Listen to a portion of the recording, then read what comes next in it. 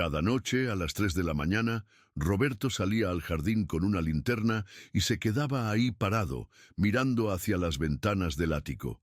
Decía que los ruidos venían de arriba, pero yo nunca escuché nada. Hasta que una madrugada, sí los escuché. Las palabras de Carmen Herrero, vecina de los Álvarez durante 15 años, aún resonaban en la comisaría de Salamanca cuando los agentes revisaban por 10ª vez el expediente número 2011-07-0432. Era el 6 de julio de 2011 y hacía exactamente 72 horas que la familia había desaparecido sin dejar rastro de su casa en la calle Toro, número 47. Roberto Álvarez tenía 42 años y trabajaba como ingeniero eléctrico en la empresa municipal. Cada mañana, a las 7 en punto, salía de su casa colonial de 2 plantas con su maletín negro de cuero, saludaba a Carmen con una sonrisa cansada y caminaba hasta la parada del autobús. Era un hombre meticuloso, de rutinas inquebrantables. Su esposa Marta, profesora de educación primaria en el Colegio San Patricio, había solicitado licencia médica 3 semanas antes de la desaparición. Los vecinos la describían como una mujer tranquila, pero últimamente la habían visto pálida, con ojeras pronunciadas y una mirada esquiva. Paula, de 14 años, era una estudiante brillante que tocaba el violín en la banda del instituto. Nicolás, de 9, coleccionaba cartas de Pokémon y soñaba con ser veterinario. Ambos niños habían estado actuando de manera extraña según sus maestros, distraídos, nerviosos, como si algo los mantuviera despiertos por las noches. La casa de los Álvarez había sido construida en 1923 por un comerciante textil llamado Aurelio Mendoza. Era una construcción sólida de piedra caliza, con techos altos, molduras ornamentales y un ático espacioso que había servido como almacén durante décadas. Los Álvarez la compraron en 1998, cuando Roberto fue ascendido en su trabajo. Era la casa de sus sueños, amplia, luminosa, con un jardín donde los niños podían jugar y Marta podía cultivar sus rosas. Pero algo había cambiado en los últimos meses. El 15 de mayo de 2011, Roberto presentó la primera denuncia en la comisaría. El inspector Manuel Ruiz recordaba perfectamente aquel día porque Roberto llegó con un cuaderno lleno de anotaciones detalladas. Había registrado fechas, horarios exactos y descripciones minuciosas de los sonidos. 02.47. Arrastre de muebles pesados. Duración, 12 minutos. 0315H. Golpes secos, como martillazos. Duración, 7 minutos. 04.02H. Pasos. Caminata lenta de una persona. Los agentes García y Morales fueron enviados a inspeccionar la vivienda el 18 de mayo. Subieron al ático a través de una escalera de madera que crujía con cada paso. El espacio era amplio, con vigas de roble oscurecidas por el tiempo y el suelo cubierto de polvo. Había cajas de cartón apiladas contra las paredes, muebles viejos cubiertos con sábanas blancas y el olor característico de los espacios cerrados durante mucho tiempo. No encontraron nada fuera de lo normal. Quizás sean ratas, sugirió el agente García, o el viento moviendo alguna ventana mal cerrada. Pero Roberto insistió. Los sonidos eran demasiado regulares, demasiado específicos. Marta, que había permanecido en silencio durante toda la inspección, finalmente habló. No son ratas. Las ratas no caminan con botas. El 2 de junio, Roberto presentó una segunda denuncia. Esta vez trajo una grabación de audio hecha con su teléfono móvil. La calidad era pésima, llena de estática y ruido de fondo, pero se podía distinguir algo, un sonido rítmico, como pasos lentos y deliberados.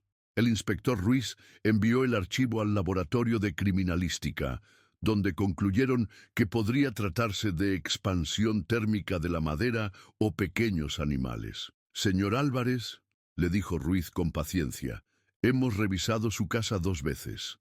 No hay indicios de entrada forzada, no hay huellas extrañas, no hay nada que sugiera la presencia de intrusos. Quizás deberían considerar la posibilidad de que sea un problema estructural del edificio, pero Roberto no se conformó. Durante las siguientes semanas, instaló una cámara de vigilancia casera apuntando hacia la escalera que llevaba al ático. Colocó sensores de movimiento en las esquinas y hasta esparció talco en el suelo para detectar huellas. Cada mañana bajaba a revisar, con la esperanza de encontrar alguna evidencia que validara sus temores. Los vecinos comenzaron a preocuparse. Carmen Herrero notó que las luces de la casa se quedaban encendidas toda la noche.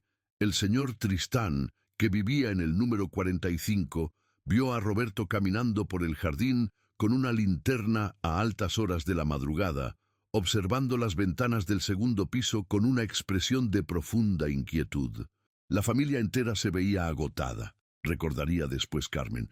Los niños llegaban tarde al colegio.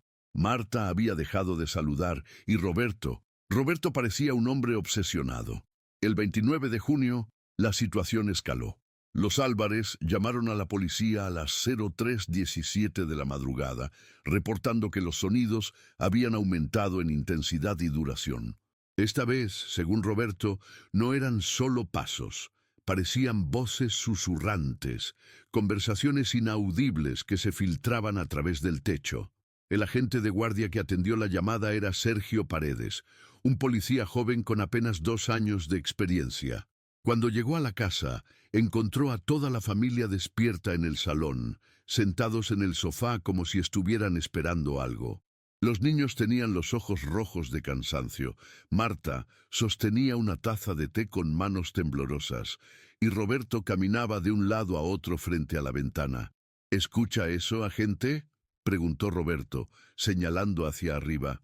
Ahí está otra vez. Paredes se quedó inmóvil durante varios minutos, concentrado en cada sonido. La casa estaba en completo silencio. Solo se escuchaba el tic-tac del reloj de pared y el leve murmullo del viento entre las ramas del jardín. «Señor Álvarez, yo no escucho nada inusual», confesó Paredes con sinceridad. La expresión de Roberto cambió. Por primera vez en semanas, pareció dudar de sí mismo. Miró a su esposa, luego a sus hijos y finalmente a la gente. «Pero está ahí arriba», murmuró, «cada noche, a la misma hora». Paredes redactó un informe detallado sobre la visita, recomendando que la familia considerara buscar ayuda psicológica. Posible estrés familiar, agotamiento por falta de sueño, necesidad de seguimiento médico, escribió en sus conclusiones. El 3 de julio, Roberto no fue a trabajar. Sus compañeros de la empresa municipal llamaron a su casa, pero nadie respondió el teléfono. El 4 de julio, Paula no asistió a su ensayo de violín. El 5 de julio, Nicolás no apareció en su partido de fútbol juvenil. El 6 de julio de 2011, Carmen Herrero se preocupó al ver que las ventanas de la casa permanecían cerradas y no había señales de vida en el interior. Tocó la puerta repetidamente, gritó los nombres de la familia, pero solo encontró silencio. Cuando la policía forzó la entrada esa misma tarde, descubrieron una casa perfectamente ordenada. No había signos de lucha, no faltaba dinero ni objetos de valor. Las camas estaban hechas, la cocina estaba limpia, y sobre la mesa del comedor había 4 platos con restos de una cena que parecía haber sido interrumpida abruptamente. En el dormitorio principal, los agentes encontraron una maleta a medio hacer. Contenía ropa de toda la familia, algunos documentos importantes y una fotografía familiar tomada el verano anterior en la playa de Santander. Al lado de la maleta había una nota escrita a mano con la caligrafía de Roberto. «Si algo nos pasa, revisen el ático. Hay algo que no hemos podido ver». Esa misma noche, 3 agentes subieron al ático una vez más. Con linternas potentes y equipos de detección, revisaron cada rincón, cada tabla del suelo, cada viga del techo. El espacio seguía exactamente igual que en las inspecciones anteriores. Polvoriento, silencioso, lleno de objetos olvidados y recuerdos almacenados. No encontraron absolutamente nada. La desaparición de la familia Álvarez sacudió el tranquilo barrio de la calle Toro como un terremoto silencioso. Durante los primeros días, la casa se convirtió en el centro de una intensa actividad policial que transformó la rutina de los vecinos en un constante desfile de coches patrulla, furgones de la científica y periodistas que buscaban cualquier detalle para sus crónicas. El inspector Manuel Ruiz asumió personalmente la dirección del caso. Con 23 años de experiencia en la policía salmantina, había visto desapariciones por violencia doméstica, secuestros, fugas planeadas, pero nunca algo tan desconcertante como esto. Una familia completa que se desvanece sin dejar rastro, sin motivos aparentes, sin enemigos conocidos, sin deudas significativas.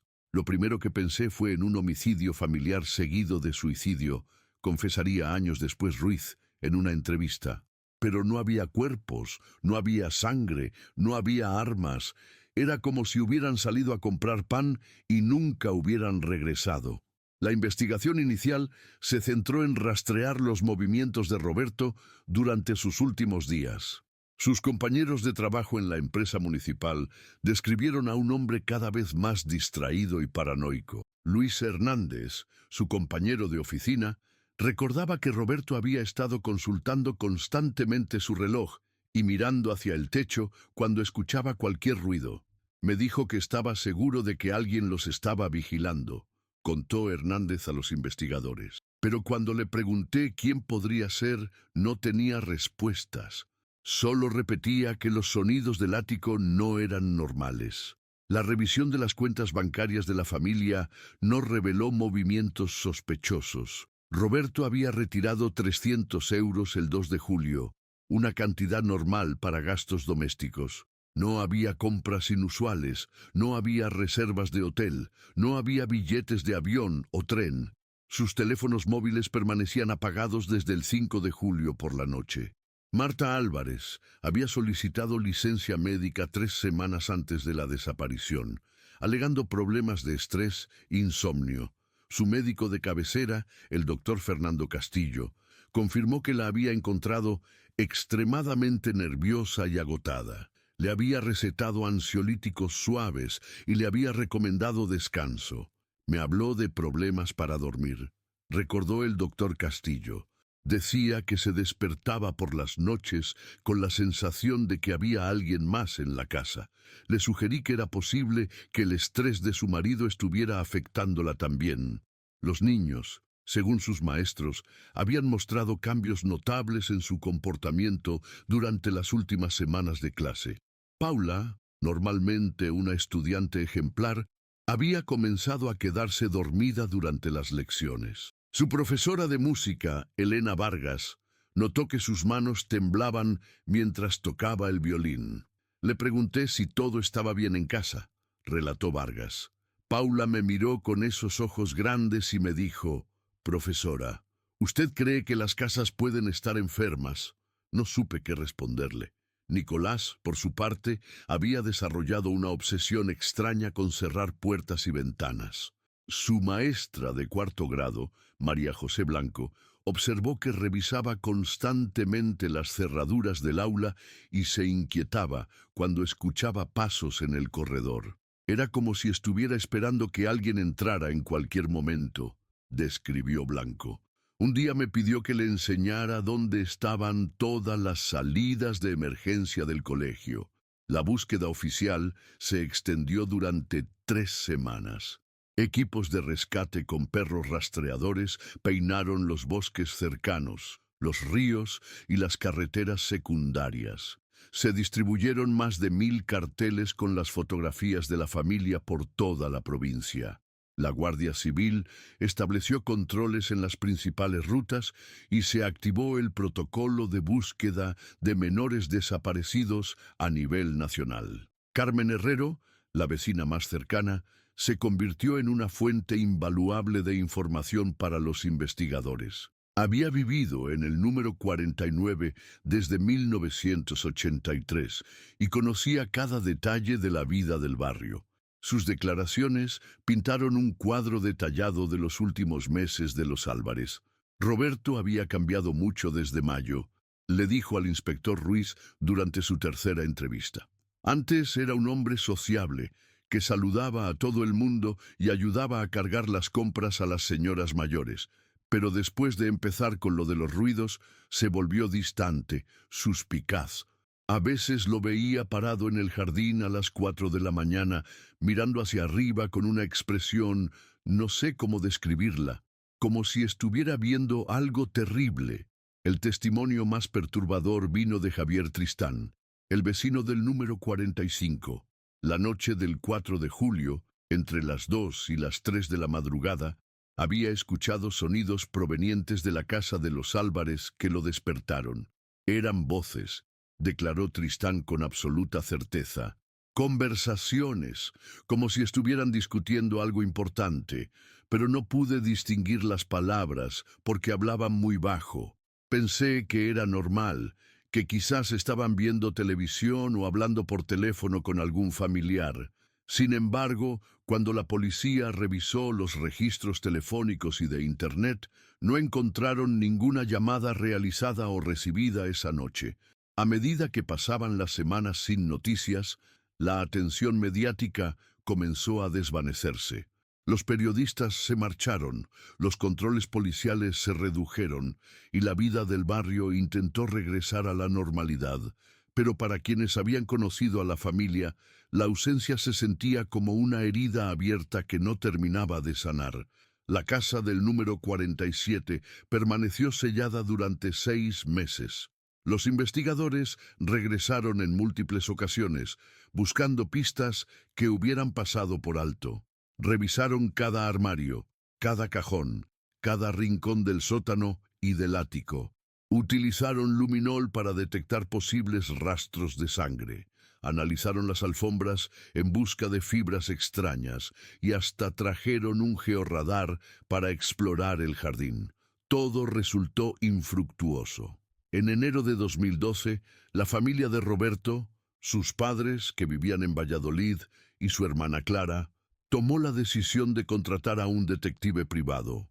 Eduardo Ramos, un excomisario de Madrid con experiencia en casos complejos, revisó todo el expediente policial y realizó sus propias indagaciones. Lo que más me llamó la atención, escribió Ramos en su informe preliminar, es la coherencia de todos los testimonios sobre el cambio de comportamiento de la familia. No se trataba de una sola persona actuando de manera extraña, sino de 4 individuos que parecían estar respondiendo al mismo estímulo desconocido. Ramos entrevistó a más de 50 personas, vecinos, compañeros de trabajo, maestros, comerciantes del barrio. Todos coincidían en que los Álvarez habían comenzado a actuar de manera diferente a partir de mayo, pero nadie había observado nada específico que explicara ese cambio. El detective también realizó una investigación histórica de la casa. Descubrió que Aurelio Mendoza, el constructor original, había fallecido en 1953 en circunstancias extrañas. Fue encontrado muerto al pie de la escalera que llevaba al ático, aparentemente después de una caída. Su viuda vendió la propiedad inmediatamente y se mudó a Bilbao con sus hijos. Entre 1954 y 1998, la casa había tenido 5 propietarios diferentes. Ninguno había permanecido más de 8 años. Las razones para las ventas variaban: traslados laborales, problemas económicos, búsqueda de propiedades más modernas. Ramos no encontró ningún patrón que sugiriera problemas específicos con la vivienda. Sin embargo, un detalle le resultó curioso. En 1987, la familia Guerrero, que había vivido allí durante 4 años, también había reportado ruidos extraños provenientes del ático en una denuncia archivada. La investigación policial de entonces había concluido que se trataba de problemas estructurales menores. En septiembre de 2012, después de un año de investigación, Eduardo Ramos presentó su informe final. Sus conclusiones eran desalentadoras. No existen evidencias que permitan determinar qué ocurrió con la familia Álvarez. La hipótesis más probable es que abandonaran voluntariamente su domicilio por razones desconocidas, posiblemente relacionadas con algún tipo de crisis psicológica colectiva o amenaza externa no documentada. Para entonces, la casa había sido liberada por la policía y devuelta oficialmente a la familia. Clara Álvarez, hermana de Roberto, se convirtió en la administradora de la propiedad. Durante 3 años intentó mantener la casa en condiciones, contratando servicios de limpieza y mantenimiento, esperando que su hermano y su familia regresaran algún día. Pero la esperanza se desvanecía con cada mes que pasaba. Los vecinos se acostumbraron a ver las ventanas cerradas y el jardín abandonado. Las rosas de Marta se marchitaron, la hierba creció descontroladamente y la pintura de la fachada comenzó a descascararse. La casa del número 47 se convirtió en un recordatorio silencioso de una familia que había existido y había desaparecido como si nunca hubiera estado allí. En 2015, Clara tomó la decisión más difícil de su vida: poner la casa en venta. No puedo seguir manteniendo un museo de la ausencia, le confesó al agente inmobiliario. Si están vivos, encontrarán la manera de contactarnos. Si están muertos, necesito cerrar este capítulo. La casa se vendió 6 meses después a una pareja joven de Madrid que buscaba una propiedad espaciosa y con carácter. Los nuevos propietarios, Andrés y Lucía Montero, sabían la historia de la casa, pero no les importó. Las casas no tienen memoria, había dicho Andrés con una sonrisa confiada. Nosotros escribiremos nuestra propia historia aquí. Se mudaron en enero de 2016, renovaron completamente la cocina y los baños, instalaron calefacción moderna y convirtieron una de las habitaciones del segundo piso en oficina. Durante 5 años vivieron allí sin incidentes, criaron a su primera hija y parecían haber borrado definitivamente las sombras del pasado, hasta que en marzo de 2021 decidieron emprender una renovación más ambiciosa que cambiaría todo para siempre. El martillo neumático se detuvo bruscamente a las 11:47 de la mañana del 15 de marzo de 2021. El silencio repentino en la casa de los Montero fue tan abrupto que Lucía levantó la vista de su ordenador portátil, donde trabajaba desde el salón, y miró hacia el techo con curiosidad. «Andrés», gritó hacia el segundo piso. «¿Todo bien?» No hubo respuesta. Subió las escaleras de 2 en 2, siguiendo el sonido de voces susurrantes que provenían del corredor principal. Encontró a su marido y a 2 operarios de la empresa de reformas, Construcciones Herrera, inmóviles frente al armario empotrado que habían estado desmantelando durante toda la mañana. «Lucía», dijo Andrés sin apartar la vista de la pared, «tienes que ver esto». El armario empotrado había sido instalado probablemente en los años 60, ocupando todo el ancho del corredor entre el dormitorio principal y el baño.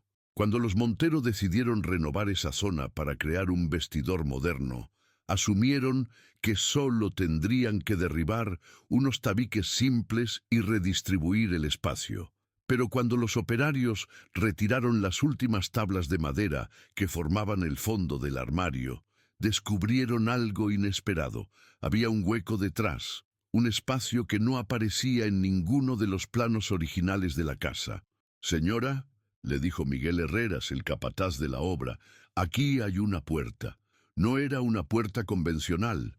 Se trataba de una abertura rectangular de aproximadamente 1,5 metros de altura por 80 centímetros de ancho, sellada con ladrillos y mortero que parecían mucho más antiguos que el resto de la construcción. Los ladrillos eran de un color rojizo oscuro, del tipo que se usaba en Salamanca a principios del siglo XX. «¿Eso estaba aquí cuando compramos la casa?», preguntó Lucía, confundida. «Imposible saberlo», respondió Andrés. «El armario lo cubría completamente. Podría llevar décadas sellado». Miguel Herrera, que tenía 40 años de experiencia en construcción, nunca había visto algo similar. En las casas antiguas, a veces se sellan puertas cuando se hacen reformas, explicó, pero esto es raro. ¿Por qué alguien sellaría una puerta con tanto cuidado y luego construiría un armario delante para ocultarla completamente? Los Monteros se miraron. Ambos estaban pensando lo mismo. La familia Álvarez, las historias sobre ruidos en el ático, la desaparición misteriosa, las décadas de silencio. ¿Crees que deberíamos, comenzó a decir Lucía, llamar a la policía? Completó Andrés sin dudarlo. El inspector Manuel Ruiz, ahora con 61 años y a punto de jubilarse, recibió la llamada a las 13:20. Durante 10 años había pensado en la familia Álvarez al menos una vez por semana. Era el único caso de su carrera que permanecía completamente sin resolver, el expediente que lo desvelaba algunas noches y lo perseguía como un fantasma burocrático. Esperen, les dijo a los Montero por teléfono, no toquen nada, voy para allá. Ruiz llegó acompañado por el agente Sergio Paredes, el mismo policía joven que había atendido la última llamada de los Álvarez 10 años antes. Paredes, ahora con 12 años de experiencia y el grado de sargento, recordaba perfectamente aquella noche, la familia sentada en el sofá, los ojos cansados de los niños, la desesperación silenciosa de Roberto. «Esto cambia todo», murmuró Ruiz, mientras examinaba la puerta sellada con una linterna. 10 años buscando pistas, y estaba aquí, detrás de un maldito armario. La puerta sellada estaba situada en la pared que daba hacia el ático, exactamente debajo del espacio donde los Álvarez habían reportado escuchar los ruidos extraños. Si había una abertura allí, era posible que condujera a una zona del ático que nunca había sido inspeccionada, un área oculta que no aparecía en los planos oficiales de la casa. «¿Cuándo fue la última vez que se revisó esta zona?», preguntó Ruiz a Paredes.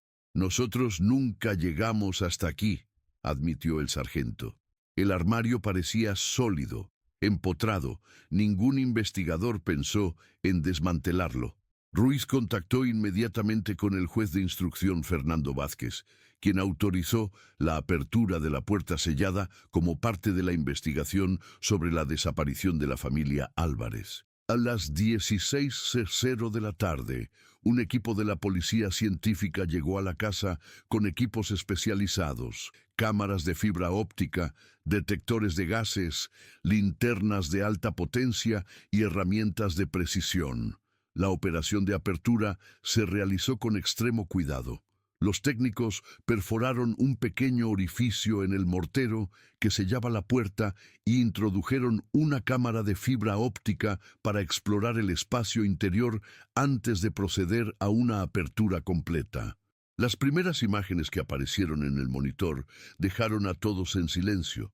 Del otro lado había una pequeña habitación de aproximadamente 2 metros por 3, con el techo inclinado siguiendo la pendiente del tejado. No era parte del ático principal, sino una cámara oculta construida dentro de la estructura de la casa. Las paredes estaban pintadas de blanco, pero la pintura se había descascarillado con el tiempo, creando un aspecto fantasmal, y había objetos dentro. «Amplíe esa imagen», pidió Ruiz, señalando una esquina de la habitación. En el rincón derecho se distinguía claramente una silla de madera y sobre ella lo que parecía ser ropa doblada. En el suelo había varios objetos que no se podían identificar con claridad debido a la calidad de la imagen, pero uno de ellos reflejaba la luz de manera que sugería metal o vidrio. «¿Ven eso?», susurró el técnico de la científica, moviendo lentamente la cámara. Ahí, junto a la pared izquierda, era un cuaderno de tapa dura y color marrón, abierto como si alguien hubiera estado escribiendo en él y lo hubiera dejado así de repente. «Es exactamente igual al que llevaba Roberto Álvarez cuando vino a presentar las denuncias», dijo Ruiz con la voz entrecortada.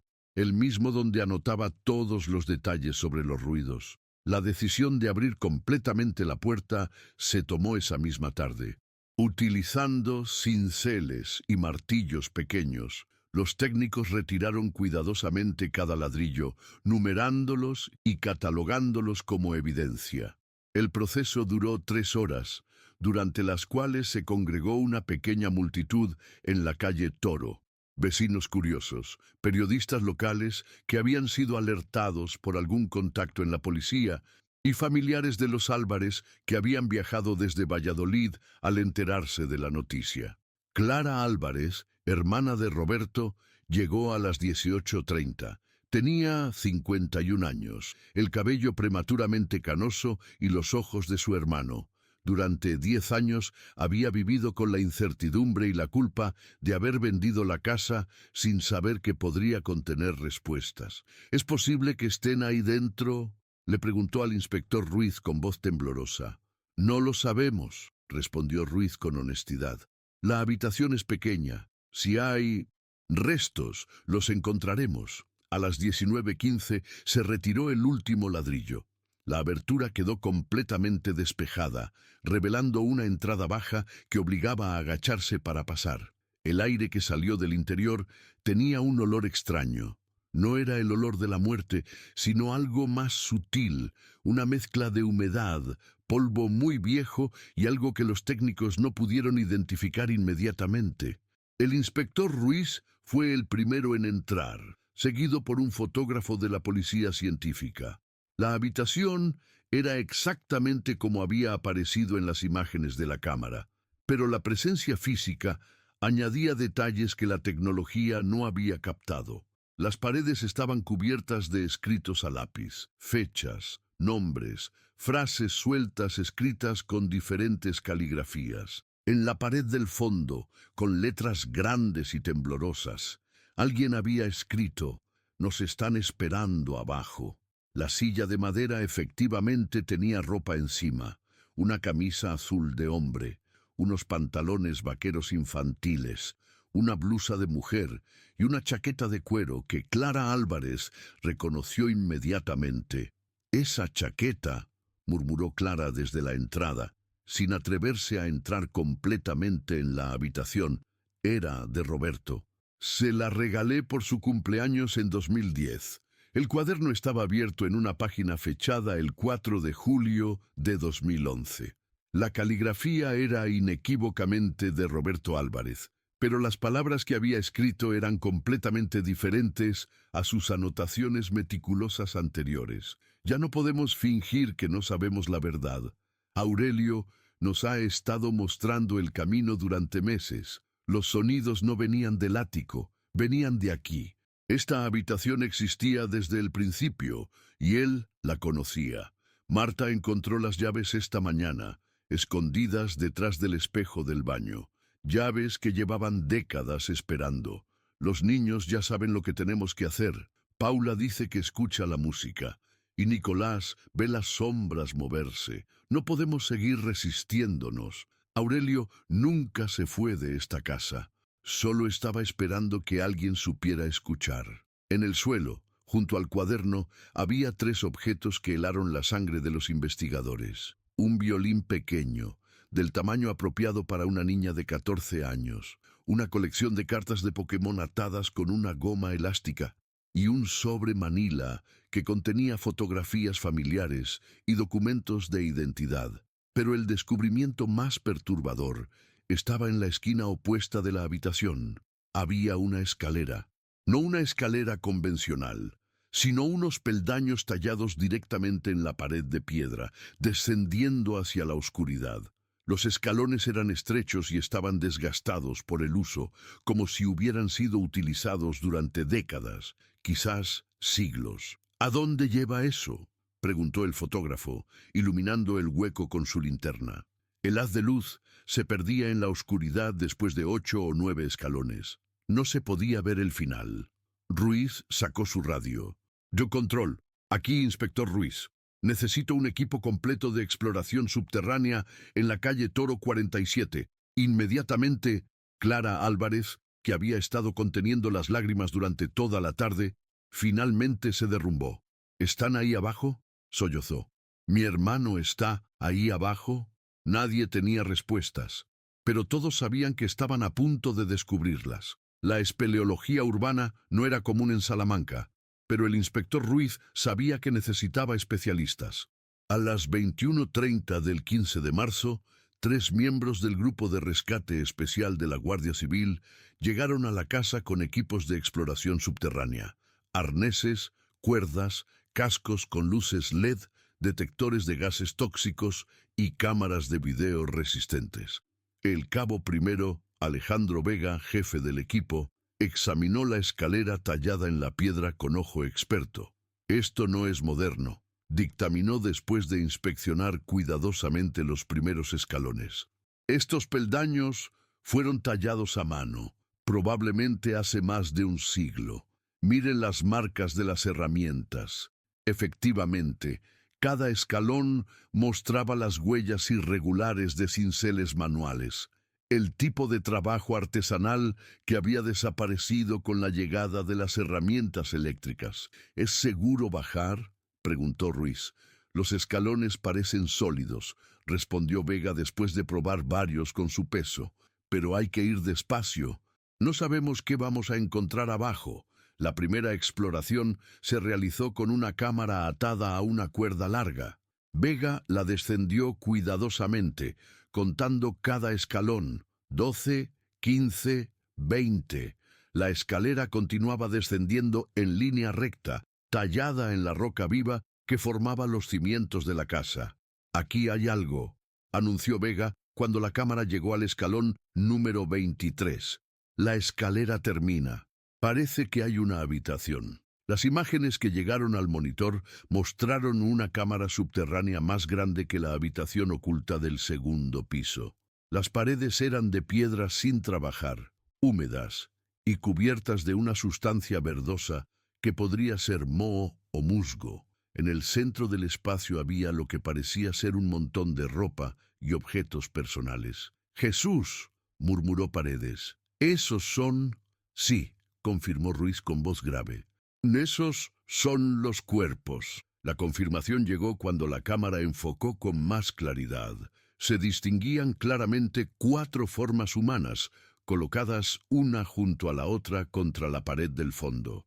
No estaban esqueletizadas, sino momificadas naturalmente por las condiciones específicas de humedad y temperatura de la cámara subterránea. Roberto Álvarez estaba en el extremo izquierdo, reconocible por su camisa a cuadros azules y su complexión. Marta estaba a su lado, con su vestido floreado. Paula y Nicolás, los niños, estaban en el centro, abrazados como si alguien los hubiera colocado así intencionalmente. «No parece que murieran de forma violenta», observó Vega, moviendo la cámara para examinar los cuerpos desde diferentes ángulos. «No hay signos obvios de trauma, no hay sangre visible.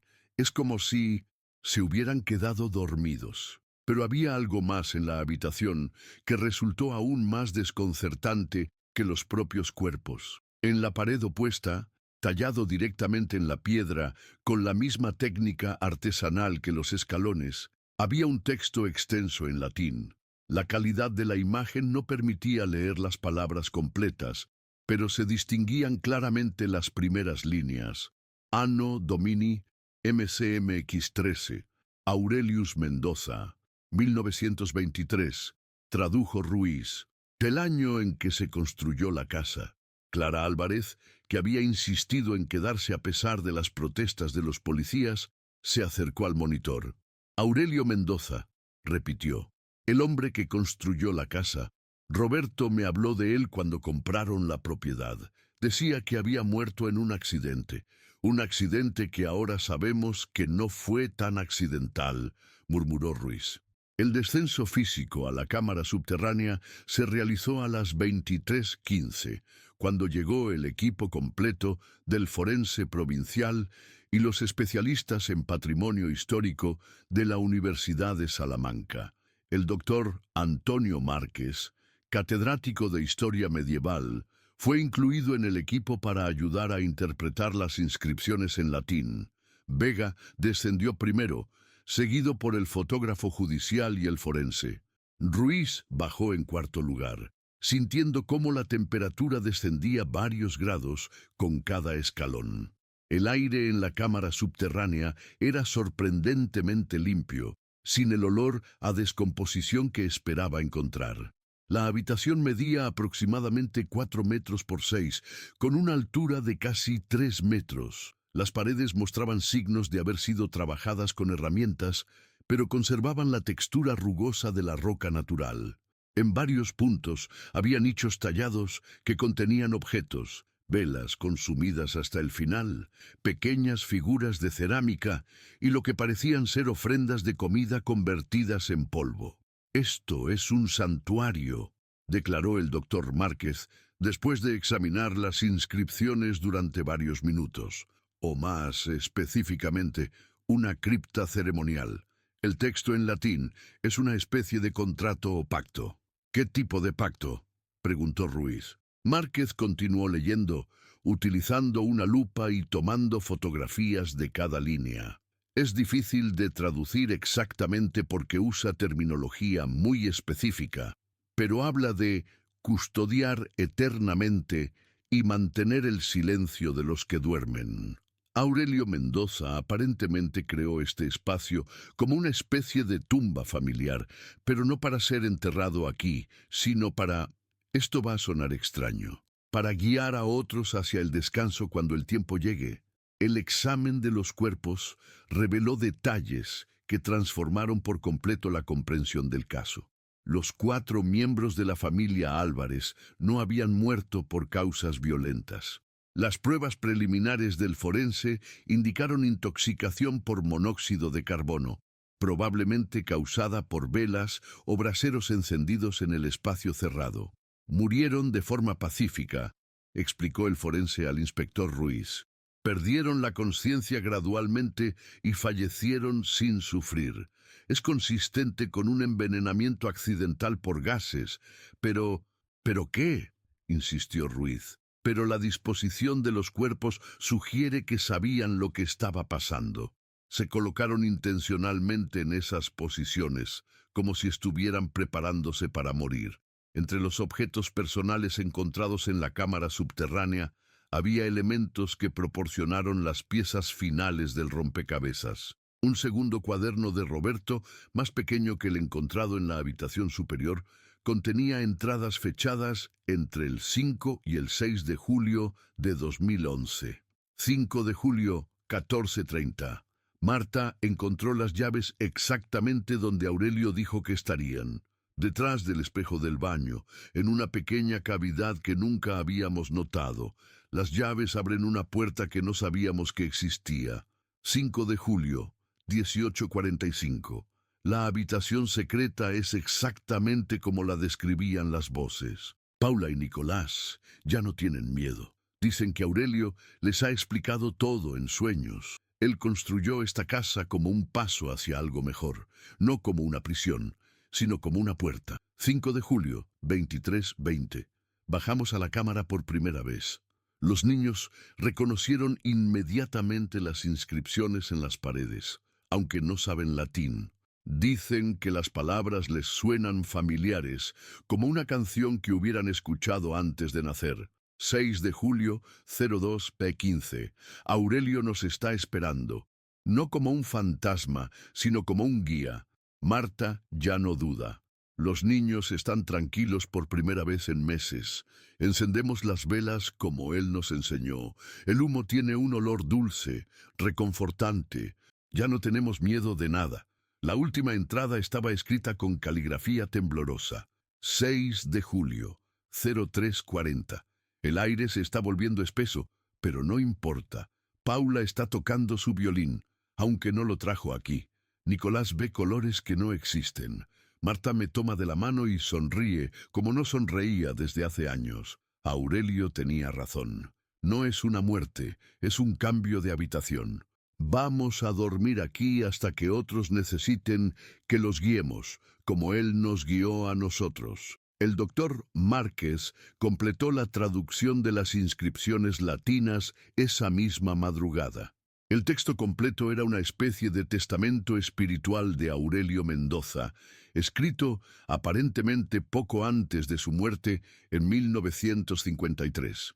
En el año de nuestro Señor de 1923, yo, Aurelio Mendoza, constructor de esta morada, establecí este refugio sagrado para aquellos que escuchen el llamado del silencio eterno, no como lugar de muerte, sino como antesala de una existencia superior. Quien comprenda las señales y descubra las llaves, encontrará aquí el descanso que el mundo de arriba no puede ofrecer.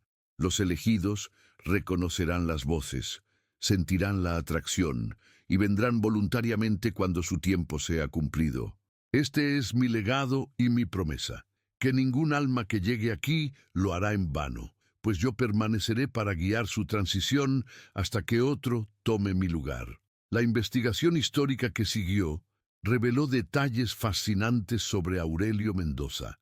Nacido en 1882, había sido un hombre profundamente religioso, pero con creencias poco ortodoxas. Sus diarios personales, encontrados en el Archivo Histórico de Salamanca, mostraban una obsesión creciente con la idea de crear espacios de transición para personas que buscaban escapar del sufrimiento del mundo. Había construido al menos 3 casas similares en diferentes partes de España, todas con cámaras ocultas y características arquitectónicas específicas diseñadas para llamar a los elegidos. La casa de la calle Toro era su obra maestra, su último proyecto antes de utilizar él mismo el espacio que había creado. El caso de la familia Álvarez se cerró oficialmente el 18 de abril de 2021. 33 días después del descubrimiento de los cuerpos. Las conclusiones del informe forense fueron inequívocas. Roberto, Marta, Paula y Nicolás Álvarez habían fallecido por intoxicación accidental con monóxido de carbono en la madrugada del 6 de julio de 2011, en un acto que, según todas las evidencias, había sido voluntario y premeditado. No fue un suicidio en el sentido tradicional, explicó el inspector Ruiz durante la rueda de prensa final. Fue algo más complejo.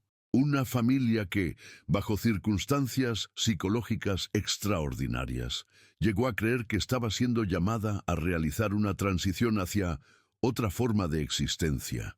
El doctor Fernando Castillo, el médico que había tratado a Marta por ansiedad, ofreció una perspectiva clínica sobre lo ocurrido.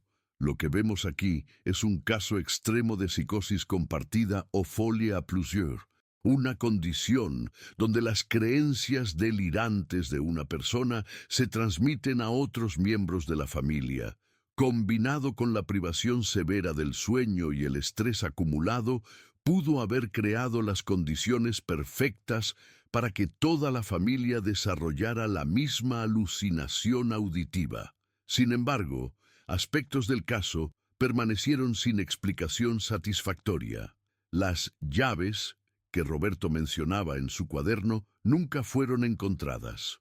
La puerta, que había permanecido sellada durante décadas, no mostraba signos de haber sido abierta desde el exterior, y no había cerraduras visibles que requirieran llaves específicas.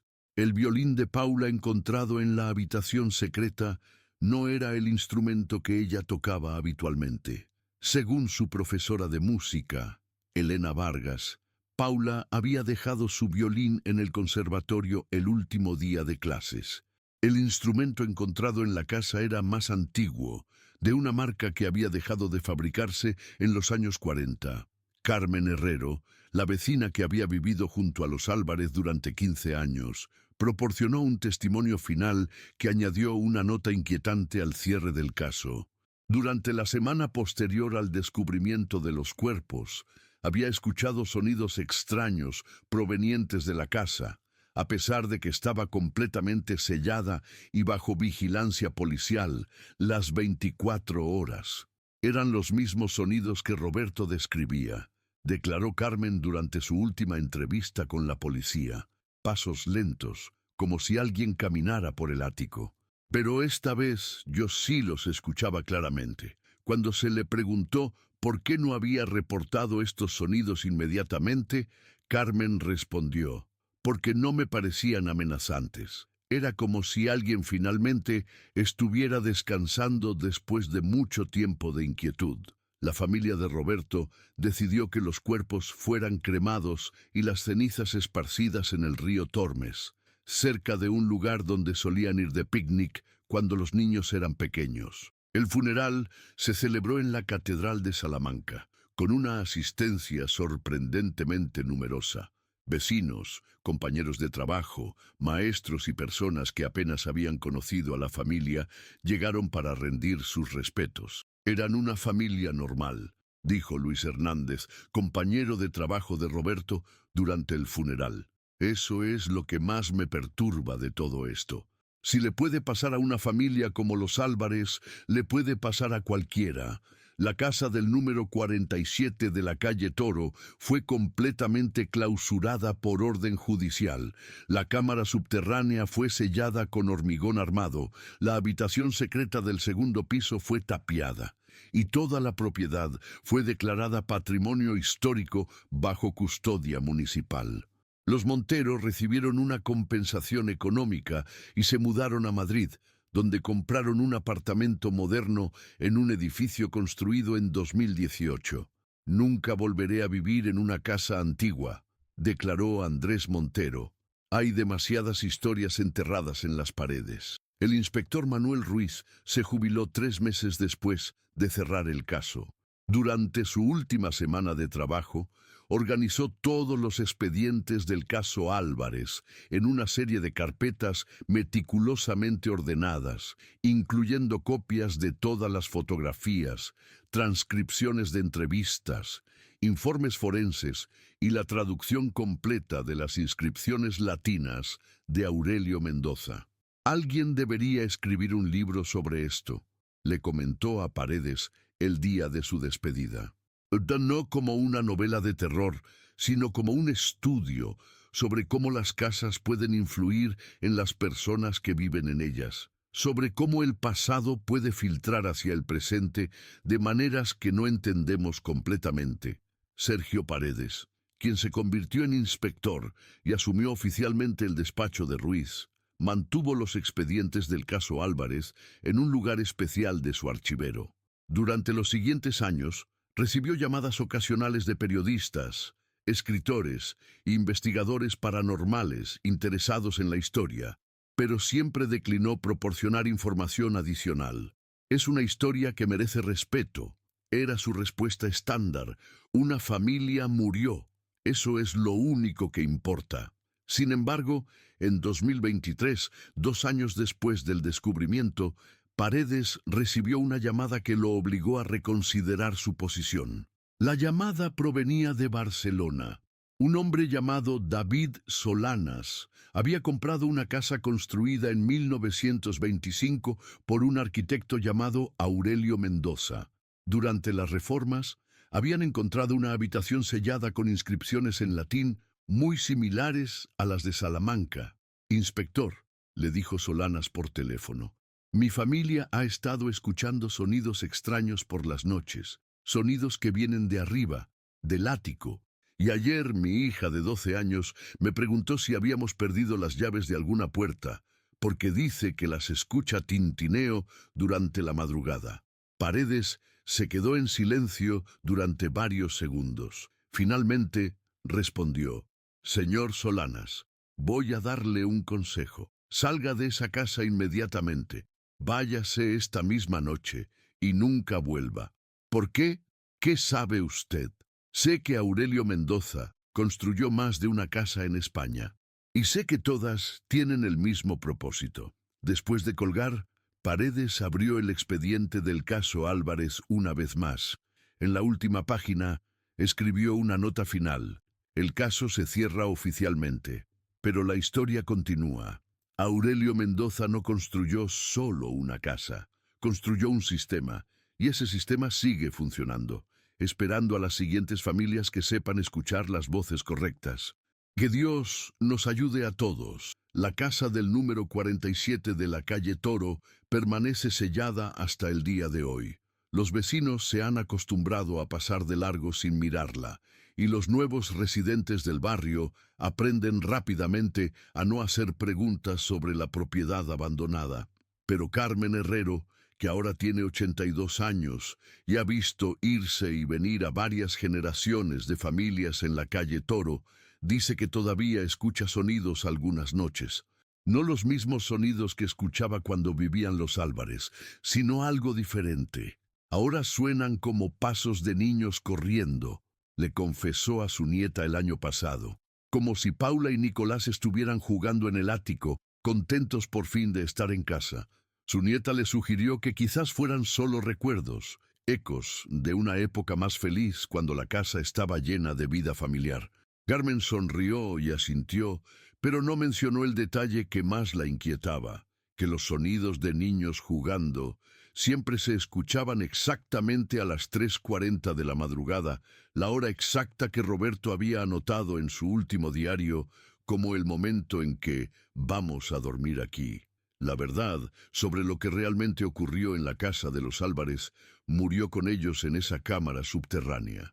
Pero las consecuencias de sus decisiones, las ondas que se extienden desde cada tragedia humana, siguen resonando en las calles de Salamanca como un eco que se niega a desvanecerse, y en algún lugar de Barcelona, en una casa construida por el mismo hombre hace casi un siglo, otra familia está empezando a escuchar sonidos extraños por las noches, preguntándose si las casas pueden tener memoria y si algunas puertas están destinadas a permanecer cerradas para siempre.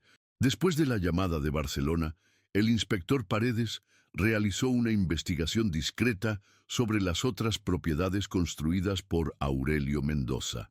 Lo que descubrió lo mantuvo despierto durante semanas. Entre 1920 y 1925, Mendoza había construido exactamente 7 casas en diferentes ciudades españolas: Salamanca, Barcelona, Valencia, Sevilla, Bilbao, Zaragoza y Córdoba. Todas seguían el mismo patrón arquitectónico: 2 plantas, ático espacioso, sótanos inusualmente profundos y, según los planos originales que Paredes logró obtener del Archivo Histórico Nacional, todas tenían espacios no especificados en sus diseños. De las 7 casas, 4 habían sido demolidas durante renovaciones urbanas en las décadas de 1960 y 1980. Pero 3 permanecían en pie, habitadas por familias que, según los registros policiales locales, habían reportado incidentes menores a lo largo de los años. La Casa de Barcelona había tenido 5 propietarios diferentes desde 1925. Todos habían vendido la propiedad después de periodos de residencia relativamente cortos, citando inadaptación al entorno o cambios laborales inesperados. Ninguno había vivido allí más de 6 años. La casa de Valencia había permanecido vacía durante 15 años después de que sus últimos residentes, una pareja de jubilados, fueran encontrados muertos en su dormitorio en 1998. Según el informe forense de entonces, habían fallecido por causas naturales relacionadas con la edad, pero los vecinos habían reportado que la pareja había estado actuando de manera extraña durante los meses previos a su muerte, hablando sobre visitas nocturnas y llamadas desde el sótano. La Casa de Córdoba había sido convertida en museo local en 1975, después de que 3 familias consecutivas la abandonaran, reportando actividad paranormal. Sin embargo, el museo había cerrado definitivamente en 2019, cuando 2 de sus empleados presentaron renuncias simultáneas, alegando que no podían continuar trabajando en el edificio por razones que se negaron a especificar. Paredes compiló toda esta información en un informe no oficial que nunca presentó a sus superiores. En lugar de eso, creó una base de datos personal con los nombres de las familias que actualmente residían en las 2 casas restantes de Mendoza, no como parte de una investigación oficial, sino como una forma de vigilancia preventiva. No puedo hacer nada oficialmente, le escribió en un email confidencial al inspector jefe de Barcelona, Pero si reciben cualquier reporte sobre sonidos extraños, desapariciones o comportamientos inusuales relacionados con la propiedad de la calle Muntaner 127, por favor contáctenme inmediatamente. 6 meses después, recibió exactamente ese tipo de llamada. La familia Solanas había abandonado la casa de Barcelona en medio de la noche del 15 de noviembre de 2023, dejando todas sus pertenencias. La policía los encontró 3 días después en un hotel del centro de la ciudad, donde David Solanas había reservado una habitación indefinidamente bajo un nombre falso. «No podemos volver», le dijo Solanas al inspector de Barcelona que los entrevistó. «Mi hija de 12 años desapareció durante 4 horas el martes pasado. La encontramos en el sótano, sentada en una silla que nunca habíamos visto antes, diciendo que había estado hablando con el señor de las llaves. Cuando le preguntamos qué señor, respondió, el que construyó la casa. Dice que ya es hora de que aprendamos a usar las habitaciones secretas». La niña, Elena Solanas, fue examinada por psicólogos infantiles, quienes no encontraron signos de trauma o abuso. Sin embargo, durante las sesiones de terapia, dibujó repetidamente la misma imagen, una escalera que descendía hacia la oscuridad, con 4 figuras esperando al final. Cuando le pregunté quiénes eran esas personas, escribió la psicóloga en su informe. Elena respondió sin dudar: la familia que vino antes que nosotros. Están esperando a que bajemos para enseñarnos el camino. La casa de Barcelona fue clausurada por las autoridades locales 3 semanas después. Durante la inspección oficial, los equipos de construcción descubrieron una habitación oculta detrás de una pared falsa en el sótano, con inscripciones en latín idénticas a las encontradas en Salamanca y una escalera tallada en piedra que descendía hasta una cámara subterránea sellada. No abrieron la cámara, por recomendación expresa del inspector Paredes, quien viajó personalmente a Barcelona para asesorar en el caso. Las autoridades decidieron sellar permanentemente toda la estructura subterránea con hormigón armado y declarar la propiedad como no apta para habitación humana por razones estructurales indefinidas. El informe oficial nunca mencionó los hallazgos reales. Hoy, en 2024, 2 de las casas de Aurelio Mendoza permanecen selladas: Salamanca y Barcelona. La Casa de Córdoba sigue siendo un museo cerrado, pero el ayuntamiento local ha rechazado todas las ofertas de compra o renovación, citando complicaciones administrativas que nadie está dispuesto a explicar en detalle. El inspector Paredes, ahora con 15 años de experiencia, mantiene un archivo personal sobre el Proyecto Mendoza, como ha llegado a llamarlo. No es una investigación oficial, sino una vigilancia silenciosa sobre algo que sabe que está más allá del alcance de la justicia convencional. «Hay cosas en este mundo», escribió en la última entrada de su diario personal, «que la ley no puede tocar porque técnicamente no son ilegales. Aurelio Mendoza no cometió ningún crimen según nuestros códigos penales. Solo construyó casas muy específicas, muy cuidadosamente diseñadas, pero solo casas.